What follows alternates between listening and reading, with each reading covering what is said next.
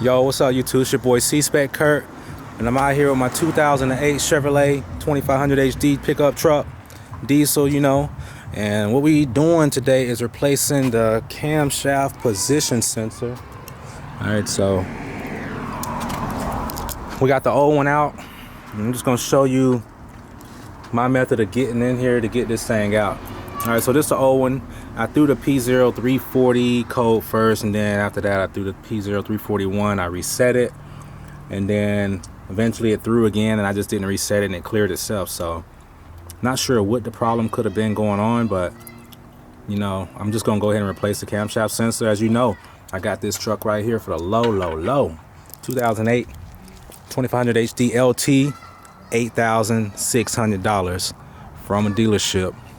As it sits, the only thing I did was order them on caps on it, but this thing got the EFI Live on it. It's got MBRP exhaust, I believe that's what it is, straight all the way through, 5-inch up to where up here somewhere it goes down to 4-inch. But yeah, what else I got? I got the air rake, cold air intake on here. Got airbags, compressor. It got the trailer brake, fifth wheel, everything already on here. So yeah, not too bad of a trade-off. Okay, so I'm going ahead and just go ahead and replace this sensor right here. You know, if it's not the sensor, I did it to work myself. 400. I got a quote. They say $400 and something for the labor just to replace that sensor right there. But as far as some things that I did to get this thing out, I decided to. All right, the route you want to take is you definitely want to remove your idler, which goes right there. You need to remove this if you can. I cannot get that last screw off right down there, but I can access the bracket that holds on to it. That's it right there. So I could loosen that, which would give me the room I need just to pull it forward. So I had clearance. You just need a clearance. So yeah, I could loosen those two and let it come all the way forward, because right now I can't get it all the way forward right here. And this is where you need to put your hand at so you can access this thing right here. So in order to be able to get the screw in there, first of all, I used a long deep socket, 10 millimeter, and you want to get your body positioned so that you can go in like this, so that you can maneuver the small ratchet and get it out. But you need as much room as possible. You need as much room as possible to get your hand in there, which will require you loosening this. As you can see, this side is all the way forward. This side, I got so much more room that I can't access due to it being bracketed up still. So, but other than that, that's you want to remove your serpentine belt. I was going the route as far as to remove this line from the intercooler, but I can't remove it from the top, only from the bottom, and the bottom the seal is sucked to the other pipe, so can't get it to come out either. So I'm gonna there's no need to remove this. Main thing you need to remove is this housing here, and I didn't want to break it like I seen where some people done online, because it actually does provide better suction. It allows you to have better cooling, so it gives you a closer fit inside of that shroud, the upper shroud. So other than that, that's about it. I'm gonna go ahead and try to get this thing thrown back on there, and we'll see how it goes from there. Yeah, what else, Shay?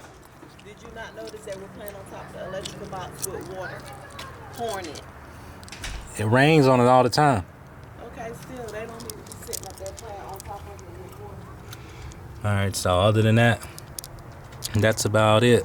I'm gonna go ahead and get this thing on. Now this right here, this is connected to the upper housing. You just take off the one little screw that holds it, and it comes right on loose. It might be 3 screws. I think it had a push pin right there, as you can see, the push pin, and it had a push pin up top, I believe.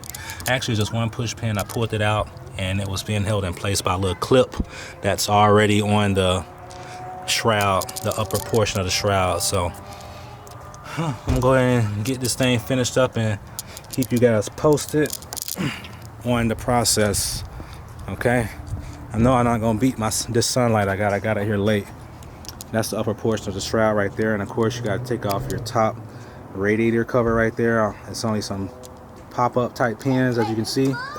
Those little pins right there, they pop them out with a flat tip, and voila, that's it. So I'll get back to you. It's day 2. All right, I finished up some things last night. I'm gonna show you some tips on what you can do to assist you with replacing your cam sensor in your 2500 HD. Mine is LMM 2008, so I'm not sure what yours is, but I'm pretty sure it's the same layout. Now, first of all, you're gonna need a 10mm deep socket, and you may have seen in other videos where someone may have put glue to hold a bolt in place. This is all you need to do right here, guys. All right, so you go to your parts store and you get you, there's no need for me to even walk over there. Buy you one of them little telescope magnets, the small one, okay? The ones that extract, you know, make it long, short, made in aluminum, like a telescope. All right, so, what's up, man? And unscrew the end with the little magnetic tip on it. It'll fall right off because it's got a little ball socket, okay? And you just drop that little ball socket in the center of the socket, and then you put your screw in there, and it holds the screw perfectly. Nothing falls out. So that's what you're gonna have to do as far as starting your screw up. All right, now let me show you what I ended up having to do so that I could successfully do it. Okay, so you're gonna have to, I ended up having to loosen up. I know I showed you earlier in our video that I only had 2 of these screws loose, but I ended up loosening up that last one. I was able to get in there.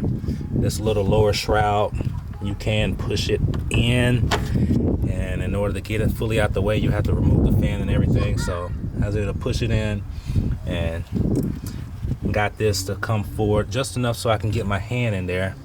Of course, I'm up here orientated so that I can put my hand in from this position here, because I worked the screw in.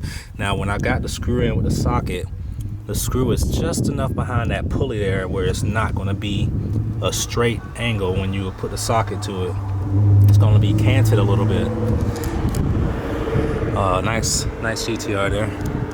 I get to know that guy soon. Stop him one day. But yeah, it's going to be canted, so it's not going to be flush straight where you can just put it there and zip it in. So when I got it in there, it was kind of angled. It was just enough where it held onto the screw so it wouldn't fall out.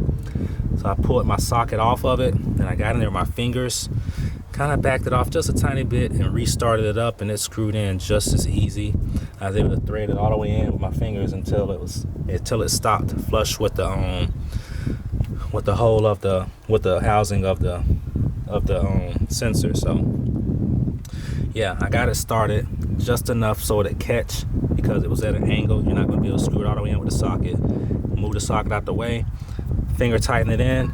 It's gonna be hard to do, guys, with this in the way. If you can get this out the way, the easiest thing to do where you can make this quick and easy is get you something to knock this fan off, pull this fan and this shroud out. Booyah, you can have this thing done in quick time. All right, so you get this fan and shroud out the way, and this upper cover and this upper shroud cover, you can have this out probably within an hour and back in and be done with it if you got big hands. So keep that in mind.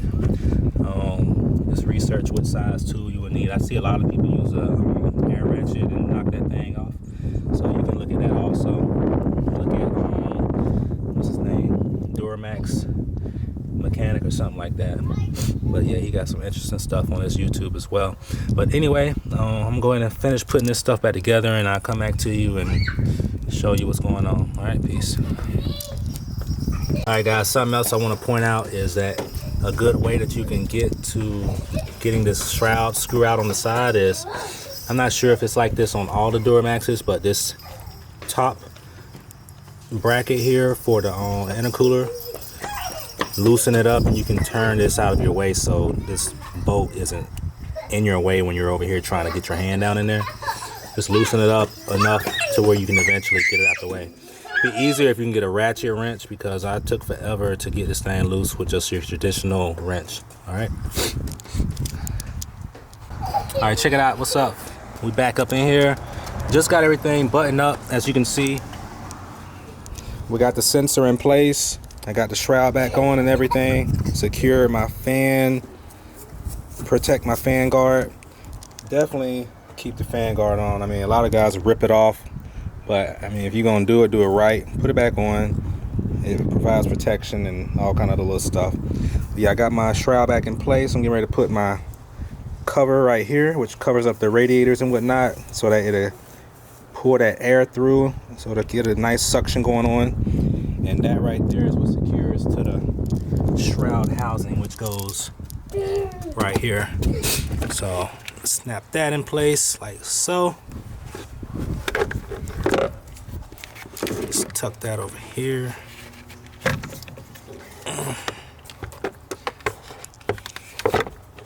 It's gonna go like this. Let's see. Uh-oh, hold on.